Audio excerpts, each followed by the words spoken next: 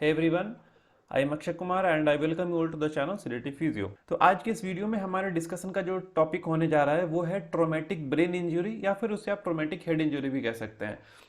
ये एक बहुत ही बड़ा टॉपिक है। इसमें बहुत सारी ऐसी चीज़ें हैं जिनके बारे में समझना बहुत ज़रूरी है। बहुत सारे ऐसे टॉपिक्स हैं इसके असेसमेंट के अंदर, इसके मैनेजमेंट के अंदर, इसके क्लिनिकल फीचर्स के अंदर। तो ऐसे बहुत सारी चीज़ें हैं जिन्हें समझना बहुत ज़रूरी है। तो उन सभी चीज़ों को एक लेक्चर में कवर कर पाना मुश्किल है, इसलिए इसके 3 लेक्चर्स आएंगे। मैंने इसे 3 पार्ट में डिवाइड किया है। इस पार्ट में this is the first part of this lecture and in this part we will deal all the basics of the head injury, all the basics of the brain injury.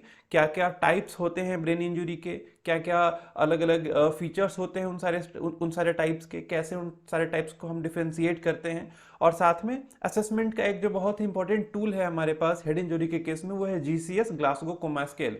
तो उसके बारे में आज समझेंगे।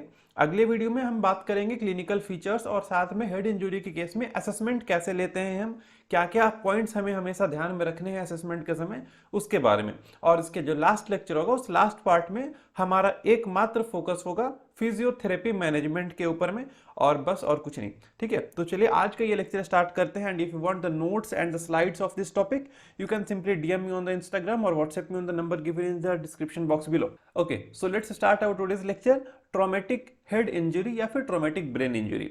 Okay, so traumatic head injury या फिर traumatic brain injury नाम से क्लियर है, something that is related with trauma. Head में इंजरी हो रहा है, हमारे ब्रेन के अंदर इंजरी हो रहा है, और वो इंजरी का कारण क्या है? वो इंजरी का कारण ट्रॉमा है। हमारे ह्यूमन नर्वस सिस्टम में, हमारे ब्रेन में बहुत तरह के अलग अलग कंडीशंस देखने को मिलते हैं। बहुत सारे ऐसे कंडीशंस हैं जो कि पैथोलॉजिकल कंडीशंस होते हैं, जैसे हमारा मेनिंजाइटिस है, ये एक पैथोलॉजिकल कंडीशन है। इंसेफेलाइटिस हमारा पैथोलॉजिकल कंडीशन है। बहुत सारे ऐसे कंडीशंस हैं जो कि किसी बायोकेमिकल रिएक्शन के कारण देखने को मिलते हैं, या फिर किसी न्यूरॉन्स के डिजेनरेशन के कारण देखने को मिलते हैं। फॉर एग्जांपल हमारा पार्किंसन डिजीज है, वो डोपामिनर्जिक न्यूरॉन्स का जब डिजेनरेशन होने लगता है तो उस कंडीशन में हमें पार्किंसन दिखता है। उसी तरीके से बहुत सारे ऐसा केस भी हो सकता है जब हमारे हेड में डायरेक्ट इंजरी हो, कोई ट्रॉमा हो, वो चाहे रोड ट्रैफिक एक्सीडेंट का केस हो या फिर किसी भी तरह का ट्रॉमा हो, किसी भी तरह का हिट हो हमारे हेड पर, किसी भी तरह का ब्लो हो हमारे ब्रेन पर, और उस कारण से अगर कुछ इंजरी आता है, that is the traumatic head injury. और traumatic head injury one of the very complicated and critical condition है हमारे ब्रेन का। अगर हम हेड और ब्रेन के बारे में बात करें तो traumatic head injury is one of the very critical condition of our brain. क्यों? क्योंकि इसमें डेथ बहुत ज्यादा होता है, इसमें ये बहुत ही फैटल कंडीशन है, और इसका जो एक्सटेंट ऑफ डैमेज है, जो डाइवर्स सिम्टम्स हैं, इसके जो डाइवर्स साइन है, वो बहुत ज्यादा है। ब्रेन के किस पार्ट में हमारा लीजन है, ब्रेन के किस पार्ट में किस तरह का लीजन है, उस लीजन के साथ साथ क्या क्या एसोसिएटेड प्रॉब्लम्स हैं, इन सभी बेसिस के अकॉर्डिंग बहुत सारे कॉम्प्लिकेशंस हमें दिख सकते हैं ट्रॉमेटिक हेड इंजरी के अंदर में। ठीक है, तो ट्रॉमेटिक हेड इंजरी को स्टार्ट करते हैं। सबसे पहला, ट्रॉमेटिक हेड इंजरी क्या है, how can we define it? ये बहुत सिंपल बात हो गई। It is a condition where there is an hit on the brain tissue by any external force that can lead to impairment at different levels। अभी बताया मैंने, ये एक ऐसा कंडीशन है जिसमें हमारे ब्रेन के टिश्यू पे किसी तरह का हिट लगता है, हमारे ब्रेन के टिश्यू पे किसी तरह का चोट लगता है। वो कैसे लगेगा? किसी एक्सटर्नल फोर्स के कारण, हमारे सर पे, हमारे हेड पे, हमारे क्रेनियम पे, हमारे स्कल पे किसी भी तरह का एक्सटर्नल फोर्स लग रहा है, उस कारण से हमारे ब्रेन टिश्यू में कुछ डैमेज होगा। और जो ब्रेन टिश्यू में डैमेज होगा वो अलग अलग लेवल्स पे प्रॉब्लम्स क्रिएट कर सकता है। डिपेंड करता है वो ब्रेन के किस एरिया में लीजन हो रहा है। फॉर एग्जांपल, अगर किसी पेशेंट का ब्रोकास मोटर एरिया में, प्री सेंट्रल गायरस में या फिर पोस्ट सेंट्रल गायरस में कहीं भी अगर लीजन होता है, तो जिस भी एरिया में वो लीजन हुआ है, अगर ब्रोकास मोटर एरिया में लीजन हुआ है, इट मीन्स कि वहां पर पेशेंट का जो मोटर स्पीच है वो डिस्टर्ब होगा। वर्निकीज स्पीच एरिया में अगर कोई डिस्टर्बेंस हुआ है तो जो सेंसरी स्पीच का हमारा स्टिमुलस है उसमें परेशानी आएगा। तो अलग अलग लेवल्स पे इंपेयरमेंट देखने को मिलते हैं, और जो इंपेयरमेंट है वो जनरली हमारे कॉन्शसनेस के लेवल पे दिख सकता है। ऐसा हो सकता है कि हमारा पेशेंट अनकॉन्शियस रहे, बिहेवियर के बेसिस पे मिल सकता है, इमोशनल बेसिस पे मिल सकता है, फिजिकल डिस्टर्बेंसेस दिख सकते हैं। अगर किसी पर्सन का कुछ मोटर कंट्रोल नहीं हो पा रहा है, किसी के बेसल गैंग्लिया में अगर कुछ परेशानी आ गया लीजन के कारण, तो इट इज पॉसिबल कि उसका वॉलेंटरी कंट्रोल लॉस हो जाएगा। तो here it is a physical damage, और कॉग्निटिव डैमेज भी हो सकता है, कॉग्निटिव लेवल पे भी इंपेयरमेंट दिख सकता है। अब इस हेड इंजरी का एटियोलॉजी क्या है? तो बेसिक सा बात यह है कि हमारे हेड में किसी भी तरह का एक्सटर्नल फोर्स लग रहा है, वो एबनॉर्मल फोर्स है और बहुत ही हाई इंटेंसिटी फोर्स है, इसीलिए हमारा ब्रेन डैमेज हो रहा है। तो वो फोर्स कैसे लग सकता है? वो जनरली रोड ट्रैफिक एक्सीडेंट में दिखता है, and the road traffic accident is the major cause of head injury. Road traffic accident और साथ में sports injury, road traffic accident and sport injury, ये दोनों बहुत ही नॉर्मली बहुत ही कॉमन कंडीशन है, बहुत ही कॉमन इटियोलॉजी है जो कि अभी के समय में देखते हैं। Road traffic accident, sports injury. इसके बाद गन शॉट इंजरी दिखता है। गन शॉट इंजरी भी हमें दिख सकता है, किसी के अगर हेड में गन शॉट होता है तो उस कारण से इंजरी हो सकता है। रियोट्स एंड असॉल्ट्स, किसी भी तरह का कोई मारपीट होता है, जो दंगे वगैरह होते हैं उसमें मार पिटाई के अंदर में हमारे हेड पे इंजरी हो सकता है। और फॉल फ्रॉम हाइट, अगर बहुत ही हाइट से कोई गिरता है, फॉर एग्जांपल कोई छत से गिर गया, तो उस कंडीशन में हमें ये हेड इंजरी देखने को मिल सकता है। ठीक है, अब इसके बाद टाइप्स के बारे में हम बात करें कि कितने तरह के हमारे ये ट्रॉमेटिक ब्रेन इंजरी हैं, तो इसे हम बहुत अलग अलग बेसिस पे क्लासिफाई कर सकते हैं। एक तो बेसिस ये है कि क्या हमारे हेड पे, क्या हमारे ब्रेन पे डायरेक्ट इंजरी हो रहा है, डायरेक्ट हिट हो रहा है हमारे ब्रेन पे, या वो इनडायरेक्टली हमारे ब्रेन के अंदर इंजरी हो रहा है। ठीक है, तो उस बेसिस पे हमने दो कैटेगरी में क्लासिफाई किया है। और first category is the primary injury and the second category is the secondary injury. Primary injury क्या होगा? जब कभी भी हमारा ब्रेन टिश्यू जो है उस ब्रेन टिश्यू का डैमेज होना शुरू हो, किसी भी तरह के एक्सेलरेशन या डिसेलरेशन या किसी भी तरह के डायरेक्ट फोर्स के कारण, हमारे हेड पर डायरेक्ट फोर्स लगे, उसके कारण कभी भी ब्रेन टिश्यू का डेथ होना शुरू हो, ब्रेन टिश्यू में कुछ इंजरी आना शुरू हो, that is the primary injury. ठीक है, और ये बहुत तरह का हो सकता है, जैसे कंट्यूजन हो सकता है, लैसरेशन हो सकता है, इंट्रासेरेब्रल हेमाटोमा हो सकता है। ये सब क्या है, इन सभी के बारे में भी आगे डिस्कस करने वाले हैं, अभी फिलहाल ये समझते हैं। ठीक है, और एक्सेलरेशन या डीएक्सेलरेशन का जो फोर्स अगर हमारे हेड पर लग रहा है, हमारे हेड पे किसी तरह का एक्सेलरेटिव फोर्स लग रहा है या फिर डीसेलरेटिव फोर्स लग रहा है, उसके कारण क्या होगा? एक कंप्रेशन फोर्स लगता है हमारे ब्रेन के अंदर में, और उस कंप्रेशन फोर्स के कारण एक कंडीशन आता है जिसे हम कहते हैं diffuse axonal injury. Diffuse axonal injury नाम से क्लियर है, यहाँ पे हमारा एक्सॉन के बारे में बात हो रहा है। तो बेसिकली एक्सॉन का इंजरी होता है, और इस कंडीशन के कारण वोलेरियन डिजेनरेशन भी हो सकता है। मैंने पेरिफेरल नर्व इंजरी के अंदर एक आपको डिजेनरेशन का टाइप बताया था, दैट वाज द वोलेरियन डिजेनरेशन।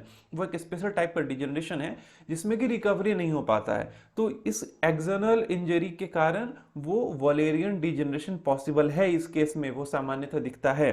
ये प्राइमरी इंजरी जो हमारे, ये कोई डायरेक्ट हिट हो, रोड ट्रैफिक एक्सीडेंट हो, या फिर कुछ स्पोर्ट इंजरी हो, उसके कारण हमें दिख सकता है। और अभी जस्ट मैंने बताया ना कि डिफ्यूज एक्सोनल इंजरी के कारण वोलेरियन डिजेनरेशन होता है, तो वही यहाँ पे लिखा है मैंने कि diffuse axonal injury can lead to Wallerian type of axonal degeneration.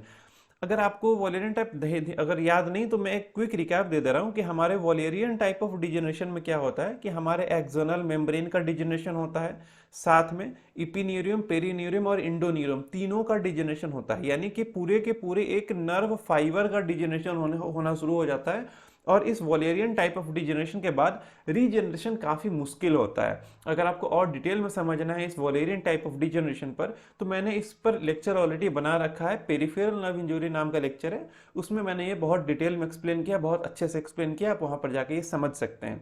फिर भी अगर कुछ परेशानी हो तो आप मेरे से पूछ लीजिएगा इंस्टाग्राम पे या फिर कमेंट सेक्शन में पूछिएगा, मैं जरूर बताऊंगा।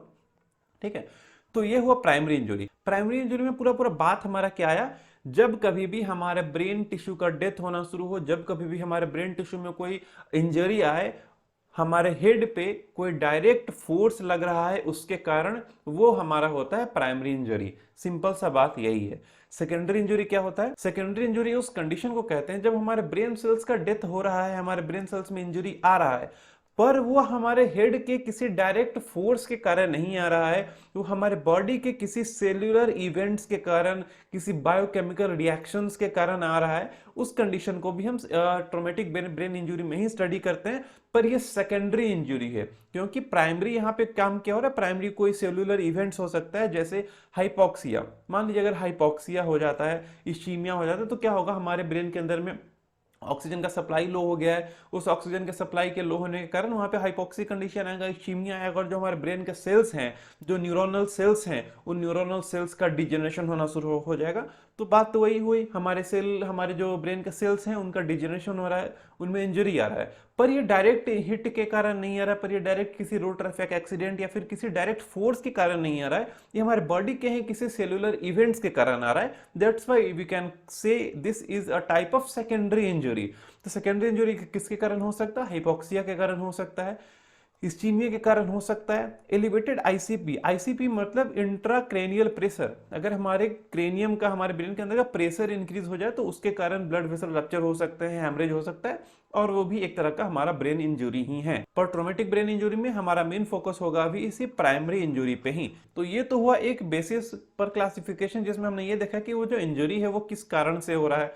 अब इंजरी किस टाइप का है इस पर भी हो सकता है। जैसे मेनली हमारे पास दो टाइप का इंजरी है, एक क्लोज्ड हेड इंजरी, एक ओपन हेड इंजरी। तो क्लोज्ड हेड इंजरी और ओपन हेड इंजरी नाम से क्लियर है। क्लोज्ड हेड इंजरी यानी कि हमारे स्कल के अंदर जो हमारा ब्रेन है और जो मेनिंजियल लेयर है, जो आर्कनोइड मैटर है, पाया मैटर है, डूरा मैटर है, और फिर हमारा जो ब्रेन है, तो हमारे स्कल के अंदर ही सारा का सारा इवेंट हो रहा है जो कि होना है। स्कल के बाहर कुछ नहीं हो रहा है। और स्कल जो हमारा है, स्कल जो हमारा क्रेनियम का बोन है, वो बोन रप्चर होके वो एक्सटर्नल इन्वायरमेंट से कांटेक्ट नहीं हो पा रहा है। That is the closed head injury. ठीक है। और ओपन हेड इंजरी में क्या होगा कि हमारा जो क्रेनियम है, इस क्रेनियम में भी रप्चर होगा, ये क्रेनियम भी हमारा रप्चर करेगा, जो हमारा ब्रेन बॉक्स है, हमारा स्कल भी रप्चर होगा, और जो कंटेंट्स हैं वो एक्सटर्नल एनवायरनमेंट से कांटेक्ट में आएंगे। सो this is the basic difference between close and open head injury. सबसे पहले बात करते हैं क्लोज हेड इंजरी के बारे में। इसमें क्या होता है, the cranium remains intact after the injury, यानी कि हमारा जो क्रेनियम है वो बिल्कुल इंटैक्ट रहेगा। क्रेनियम फ्रैक्चर होके ऐसा नहीं हुआ कि हमारे ब्रेन के जो कंटेंट्स हैं वो एक्सटर्नल एनवायरनमेंट के कांटेक्ट में आ जाए। ठीक है, ऐसा इसमें नहीं होगा। The brain tissue gets damaged due to inertial forces on the brain when the skull got a powerful blow। वही बात जो अभी थोड़ी देर पहले मैंने डिस्कस किया कि जब कभी भी हमारे स्कल पे एक बहुत ही तगड़ा चोट लगता है, एक बहुत ही पावरफुल ब्लो होता है, इस पावरफुल ब्लो होने के कारण जो इनर्शियल फोर्स आता है, वो इनर्शियल फोर्स हमारे ब्रेन के टिश्यू में डैमेज प्रोड्यूस करता है, हमारे ब्रेन के टिश्यू में इंजरी कराता है। The brain injury occurring on the same side of the blow over the skull, then it is called coup injury.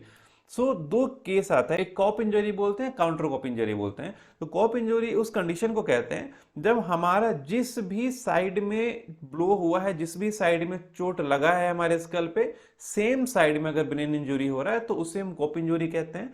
पर कभी कभी ऐसा भी दिखता है कि जिस साइड में हमारे स्कल पे चोट लगा है उसके अपोजिट साइड में ब्रेन का इंजरी शुरू हो गया है, उस कंडीशन को हम काउंटर कॉप इंजरी कहते हैं। अब क्लोज इंजरी के बहुत सारे टाइप्स हैं, जैसे हाँ, हमारा कंकसन है, सेरेब्रल हेमाटोमा है, डिफ्यूज्ड एक्सोनल इंजरी है, इंट्राक्रेनियल हेमरेज है, intra axial haemorrhage, extra axial haemorrhage और सब एरिकनोइड हेमरेज। तो इन सभी कंडीशंस को एक एक करके समझते हैं कि ये सभी कंडीशंस क्या क्या हैं। सबसे पहले बात करते हैं कंकसन के बारे में। कंकसन ये हमारा सबसे माइल्डेस्ट फॉर्म ऑफ इंजरी है। होता क्या है इसमें कि due to any blow to the head it cause the head और brain to move rapidly back and forth, यानी कि अगर ये हमारा स्कल है, इस पर किसी तरह का चोट लग रहा है पीछे से, बहुत जोर से उस जो हमारा ब्लो हुआ है, जो हमारा चोट लगा है, उसका इंटेंसिटी बहुत ज्यादा है, उसके कारण क्या होगा, ये हमारे स्कल और हमारे हेड को बैक एंड फोर्थ मूव कराने शुरू करेगा। कुछ एक दो राउंड बैक एंड फोर्थ आगे पीछे सर मूव करने लगेगा। ये हमारा इसके कारण कंकसन होता है।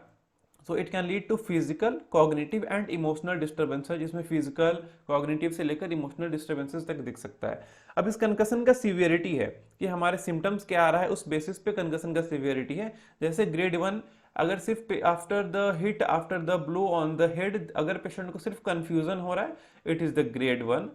अगर कंफ्यूजन और पोस्ट ट्रोमेटिक अमनेसिया भी है, यानी कि ट्रॉमा के बाद पेशेंट कुछ कुछ भूलने लगा है, चीज कुछ कुछ बातें को मिस करने लगा है, then this is a condition of grade 2।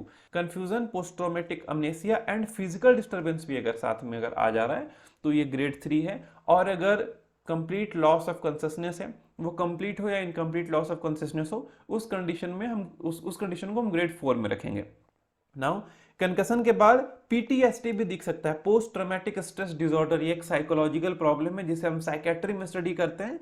इस पर भी मैं साइकेट्री का भी सीरीज शुरू करूंगा जिसमें इन सभी टॉपिक्स के बारे में डिस्कशन करूंगा। सो यहाँ पर भी समझते हैं कि जो कंकसन है, कंकसन के बाद हमें पीटीएसडी भी दिख सकता है, पोस्ट ट्रॉमेटिक स्ट्रेस डिसऑर्डर कहते हैं इसे, ये भी हमें दिख सकता है। किसी किसी केस में एंटीग्रेड और रिट्रोग्रेड अमनेसिया भी दिख सकता है। और जो हमारे ड्यूरेशन ऑफ अमनेसिया है, हमारा जो पेशेंट है उस पेशेंट में अमनेसिया कितने देर तक परसिस्ट कर रहा है, इस बेसिस पे भी हम सिवियरिटी जज कर सकते हैं कि अमनेसिया का सिवियरिटी क्या है। वो उसको हम इसी बेसिस पे जज करते हैं कि वो अमनेसिया कितने देर तक हमारे पेशेंट में परसिस्ट कर रहा है। Okay, after the concussion we have the cerebral contusion, ये सेकेंड टाइप है। इसमें ब्रेन टिश्यू का ब्रूजिंग होना शुरू हो जाता है। आफ्टर द इंजरी जो जो ब्रेन टिश्यू है उसका ब्रूजिंग होना शुरू हो जाता है। और इसमें होता क्या है, there will be scattered area of bleeding on the surface of brain. Brain के सरफेस पे अलग अलग जगह ब्लीडिंग का एरिया स्कैटर्ड होगा, खून पूरा बिखरा होगा, स्कैटर्ड ब्लीडिंग होगा हमारे ब्रेन के सरफेस पे। ठीक है, जनरली जो कंट्यूजन है हमारा, जो सेरेब्रल कंट्यूजन है, ये फ्रंटल और टेम्पोरल लोब्स में ज्यादा हमें देखने को मिलता है। और ये बहुत ही एक्सट्रीम, ये बहुत ही डेंजरस है, काफी ज्यादा डेंजरस है। इनफैक्ट ये लाइफ थ्रेटनिंग कंडीशन हो सकता है हमारा सेरेब्रल कंट्यूजन। और अगर सेरेब्रल कंट्यूजन होता है, देखिए यहाँ पे ये फ्रंटल लोब में ज्यादा अफेक्ट कर रहा है और टेम्पोरल लोब में ज्यादा अफेक्ट कर रहा है। तो अगर किसी को फ्रंटल लोब में कुछ अगर हेड इंजरी होता है और अगर फ्रंटल लोब में कंट्यूजन दिखता है, तो यू कैन सस्पेक्ट, आपने पढ़ा होगा कि हमारा जो सेंट्रल सर्कस है, सेंट्रल सर्कस के जस्ट आगे जो हमारा फ्रंटल पार्ट है, that is basically related with the motor control of our body.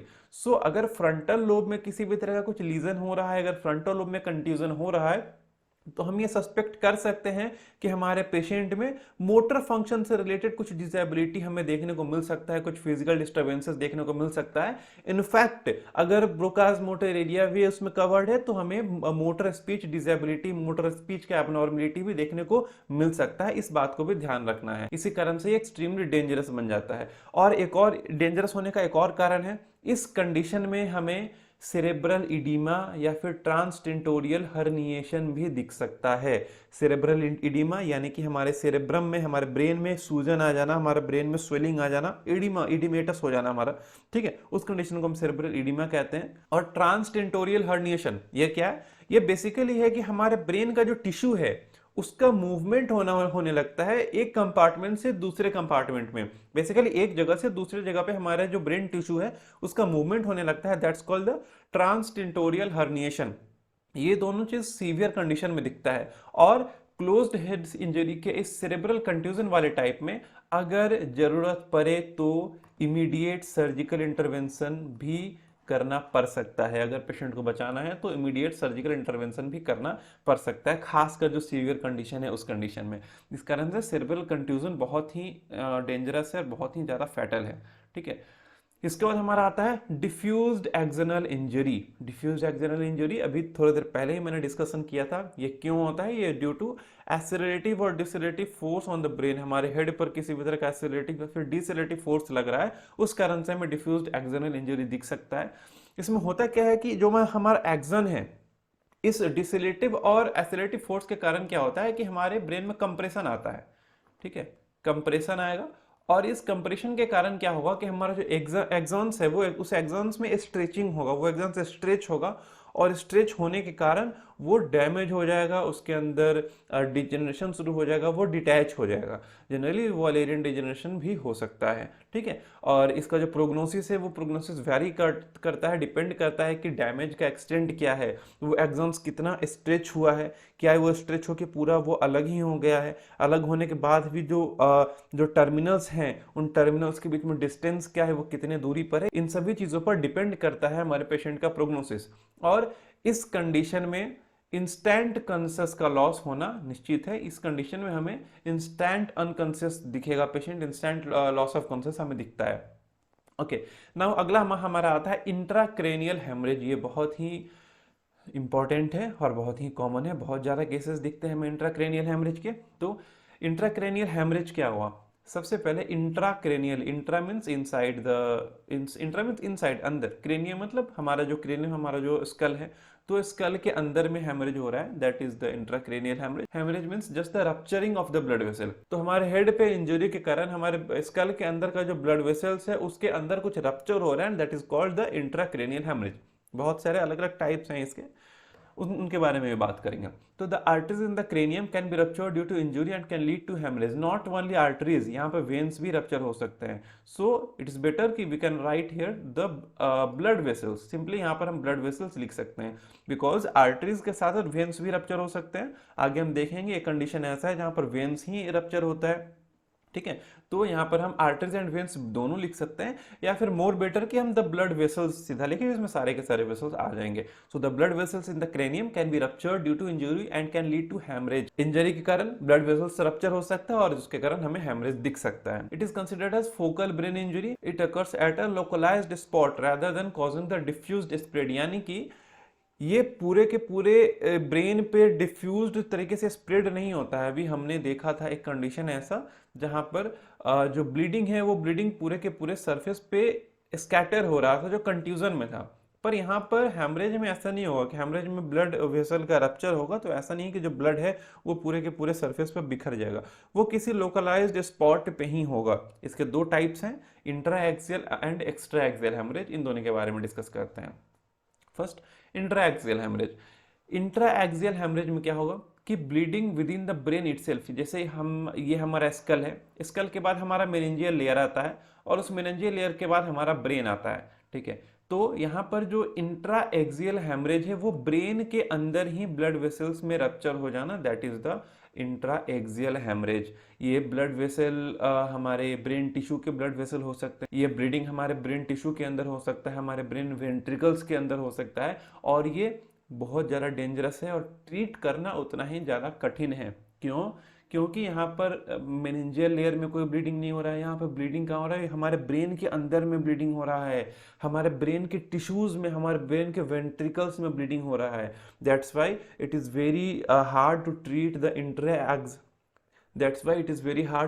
The intraaxial haemorrhage. और यहाँ पर surgical intervention is the only option. अगर बहुत ज़्यादा कठिनाई है, बहुत ज़्यादा कॉम्प्लिकेटेड कंडीशन है, तो we can not do anything apart from the surgical intervention, और वो भी बहुत ही ज़्यादा कॉम्प्लिकेटेड होता है, ठीक है। So this is the intraaxial haemorrhage. Now extraaxial क्या होता है कि हमारा ये ब्रेन, जैसे ये हमारा स्कल है, ये हमारा क्रेनियम है, क्रेनियम के बाद यहाँ तक ये हमारा मेनिंजियल लेयर है, ओके। इस मेनिंजियल लेयर के बाद जस्ट ए मिनट, इस मेनिंजियल लेयर के बाद ये हमारा ब्रेन है। तो अभी हमने क्या देखा कि इंट्रा एक्सियल हेमरेज जो है उसमें हमारा ब्लीडिंग ब्रेन के अंदर में हो रहा है, पर एक्स्ट्रा एक्सियल हेमरेज में क्या होगा कि जो ब्लीडिंग है वो ब्लीडिंग हमारे स्कल और हमारे ब्रेन टिश्यू के बाहर, यानी कि हमारे स्कल और मेनिंजियल लेयर तक में हमारा जो भी ब्लीडिंग होना है वो होगा। मेनिंजियल लेयर से आगे ब्रेन के टिश्यू तक ब्लीडिंग नहीं पहुंचेगा। बेसिकली ये हमारा है इंट्रा एक्सियल हेमरेज, ठीक है। जो हमारे मेनिंजियल लेयर है आप सभी जानते होंगे, हमारा पाया मेटर है, हमारा डूरा मेटर है, हमारा अरेकेनोइड लेयर है, ठीक है। तो ये हमारे अलग अलग लेयर्स हैं मेनिंजियल लेयर्स, इनमें भी ब्लीडिंग हो सकता है, ठीक है। तो इसी बेसिस पे क्लासिफाई किया गया है। पहला हमारा है एपिड्यूरल हेमरेज, दूसरा है हमारा सबड्यूरल हेमरेज, और तीसरा हमारा सब अरेकेनोइड हेमरेज। जो हमारा एपिड्यूरल हेमरेज है, एपिड्यूरल हेमरेज के बारे में समझते हैं। It is also called extra dural haemorrhage, इसे हम एक्स्ट्रा ड्यूरल हेमरेज भी कहते हैं। एक्स्ट्रा ड्यूरल कहने का क्या मतलब हुआ, यानी कि जो हमारा डूरा मैटर है उस डूरा मैटर के जस्ट बाहर जो हमारा डैमेज होगा, जो हमारा रप्चर होगा ब्लड वेसल्स का, that is extra dural haemorrhage. और अगर आपको याद है सही से तो मेनिंजेस में जो हमारे मेनिंजियल लेयर होता है उसमें डूरा मैटर सबसे सुपरफिशियल लेयर होता है, डूरा मैटर के जस्ट बाद हमारा स्कल का लेयर आता है।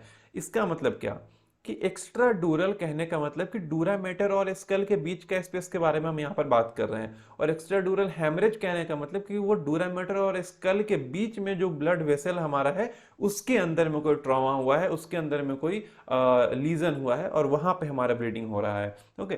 तो एपिड्यूरल हमारा क्या हुआ, occurs between the dura mater and skull, skull का लेयर और डूरा मैटर के दोनों के बीच में हमारा हेमरेज हो रहा है। और ये क्यों होता है, due to laceration of an artery due to trauma. हमारे इस जो हमारा स्कल है, ये स्कल पे हमारा यहाँ पे हिट हुआ, हमारे स्कल पे चोट लगा, और उसके कारण हमारा जो सबसे सुपरफिशियल लेयर था डूरा मैटर के पास, जो ब्लड वेसल था, जो आर्टरी था, उसमें लैसरेशन हुआ और वो डैमेज हो गया। मेनली एपिड्यूरल हेमाटोमा के अंदर, एपिड्यूरल हेमरेज के अंदर मिडिल मेनिंजियल आर्टरी ही इन्वॉल्व होता है। इन 99% of the cases middle meningeal artery he commonly involve होता है। ये एक एमआरआई का रिपोर्ट है। इस एमआरआई के रिपोर्ट में आप देखिए सबसे बाहर ये हमारा स्कल है, ठीक है, सबसे बाहर हमारा स्कल है। स्कल के बाद हमारा ये जो ब्लैक वाला पोर्शन दिख रहा है, दिस इज आवर ब्रेन, हमारा ये ब्रेन है।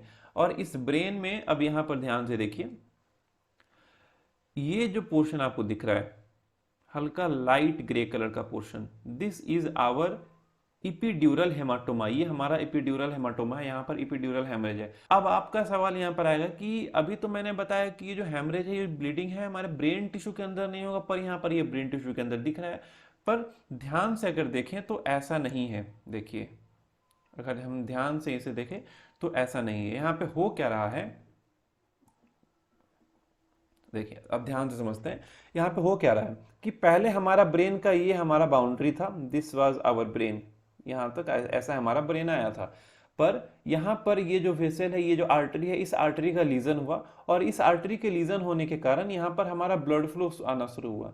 जैसे ही ब्लड फ्लो आना शुरू हुआ, ब्लड अंदर की तरफ जाके बाहर की तरफ तो जा नहीं सकता, क्योंकि हमारे स्कल का फ्रैक्चर नहीं हुआ, स्कल एकदम इंटैक्ट है, तो ब्लड कहीं तो पास करेगा ना।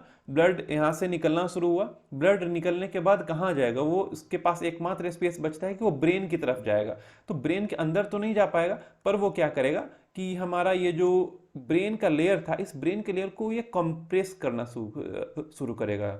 हमारा जो ब्रेन का लेयर है ये कंप्रेस होना शुरू होगा, और इसके कारण जो हमारा ब्रेन का लेयर है वो कंप्रेस होकर अंदर चला जाएगा, जो कि आपको यहाँ पर दिख रहा है। अब ध्यान से देखिए, तो पहले ब्रेन का लेयर कुछ ऐसा था, पर ब्लीडिंग होने के कारण ये कंप्रेस होकर कुछ ऐसा हो गया, और ये पूरा का पूरा हमारा ब्लड यहाँ पर फील्ड है। This is the report of the epidural haematoma. ये हमारा इपिड्यूरल हेमरेज है और इपिड्यूरल हेमाटोमा है। अब इस एरिया में जो भी हमारे ब्रेन के फंक्शन थे वो सारे के सारे यहाँ पर अफेक्टेड होंगे, क्योंकि ये पूरा का पूरा एरिया कंप्रेस हो गया है। ओके, आई होप ये एमआरआई से आपको बहुत हद तक बहुत सारे चीज क्लियर हुए होंगे।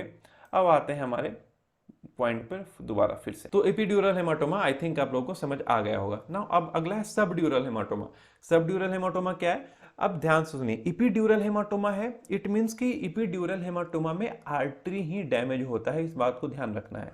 और सब ड्यूरल हेमाटोमा में वेन्स ही डैमेज होता है। अभी मैंने बोला ना, बताया था पहले कि we should write blood vessels apart from the arteries और वेन्स, क्योंकि आर्टरी वेन्स दोनों इंक्लूड हो सकते हैं। ये एक साक्षात एग्जांपल है उसका। इपिड्यूरल हेमाटोमा में, इपिड्यूरल हेमरेज में हमारा आर्टरी इन्वॉल्व होगा, सब ड्यूरल हेमरेज में हमारा वेन्स का इन्वॉल्वमेंट होगा, ठीक है। तो सब ड्यूरल हेमरेज में क्या होगा, जो bleeding due to the rupture of bridging veins in the sub dural space, जो हमारा सब ड्यूरल स्पेस है उसमें जो ब्रीजिंग वेन्स हैं उनमें लीजन होगा, उनमें ब्लीडिंग शुरू हो जाएगा, ठीक है। और ये कहाँ होगा, between the dura mater and the arachnoid mater, arachnoid और डूरा मैटर के बीच में हमें ये लीजन देखने को मिलेगा। अब इस डायग्राम में देखिए, यहाँ पर हमारा एपिड्यूरल हेमाटोमा है, जो कि हमने अभी समझ लिया। इसे साइड करते हैं। सब ड्यूरल हेमाटोमा में क्या होता है कि हमारा ब्रीजिंग वेन डैमेज होता है। यहाँ पर लिखा है, यहाँ पर दिख रहा है, ये हमारा टॉर्न ब्रीजिंग वेन। ये ब्रीजिंग वेन क्या होता है, आई थिंक आप सभी जानते होंगे, फिर भी बता दे रहा हूँ। ब्रीजिंग वेन बेसिकली ये वेनस सप्लाई को, वेनस ब्लड को ड्रेन करता है, हमारे सेरेब्रल कॉर्टेक्स से उठाकर ये सुपीरियर सैजिटल साइनस में लाकर पोर करता है हमारे वेनस ब्लड को, ठीक है। तो इस वेनस ब्लड को लेकर जाने वाले इस ब्रीजिंग वेन में ही किसी भी तरह का लीजन आए और ये रप्चर कर जाए और यहाँ पर ब्लड फिल हो जाए, पूरा का पूरा हमारा वेनस ब्लड फिल हो जाता है। This is the sub ड्यूरल haematoma. उसके बाद अगला हमारा आता है subarachnoid haemorrhage. Subarachnoid haemorrhage क्यों हो सकता है, ड्यू टू ट्रॉमा और ड्यू टू एन्यूरिज्म, इस दोनों के कारण हो सकता है। Blood starts to layer into the brain along with the sulcus and fissure, जो हमारे ब्रेन में जो सल्काई हैं, जो फिजर्स है, उन सभी सल्कस और फिजर्स पर ब्रेन जाकर जमा होना शुरू हो जाएगा। और जब ब्रेन जाकर जमा होना शुरू हो जाएगा तो वहाँ का फंक्शन थोड़ा एबनॉर्मल भी होना शुरू हो जाएगा। ये सब एरेक्नोइड स्पेस में देखने को मिलता है। सब एरेक्नोइड स्पेस मतलब एरेक्नोइड एंड पाया मैटर के बीच में ये देखने को मिलता है, ठीक है। तो ये हुआ हमारा पूरा का पूरा types of the head injury along with what is head injury, कैसे कैसे हम क्लासिफाई करते हैं सारे के सारे हेड इंजुरी को। आई थिंक ये सभी आप लोगों को अच्छे से समझ आ गया हो। ये वीडियो काफ़ी लंबा हो गया, सो आई डोंट थिंक इस लेक्चर में जीसीएस डिस्कस करना चाहिए। I will discuss GCS in the next lecture along with the assessment के साथ जीसीएस को वहाँ पर डिस्कस कर लेंगे। आज के इस वीडियो में इतना ही रहने देते हैं। आई होप आप सभी को ये समझ में आ गया हो। अगर कोई भी दिक्कत है तो आप मेरे से पूछ लीजिएगा कमेंट सेक्शन में, या फिर इंस्टाग्राम पे डीएम कर लीजिएगा, या फिर व्हाट्सएप पे मेरे से पूछ सकते हैं, नंबर डिस्क्रिप्शन में दिया हुआ है। और आप हमारे व्हाट्सएप ग्रुप को भी ज्वाइन कर सकते हैं, जहाँ पर मैं time to time different discussions, different webinars कराता रहता हूँ। अलग अलग न्यूरोलॉजिकल कंडीशंस के फिजियोथेरेपी मैनेजमेंट के बारे में डिस्कशंस होता रहता है, और भी बहुत सारी चीज़ें वहाँ पे होती रहती हैं। अगर आप इंटरेस्टेड हैं तो you can join, the link is in the description box again. ठीक है, so I will see you guys in the next lecture. तब तक be happy and keep learning.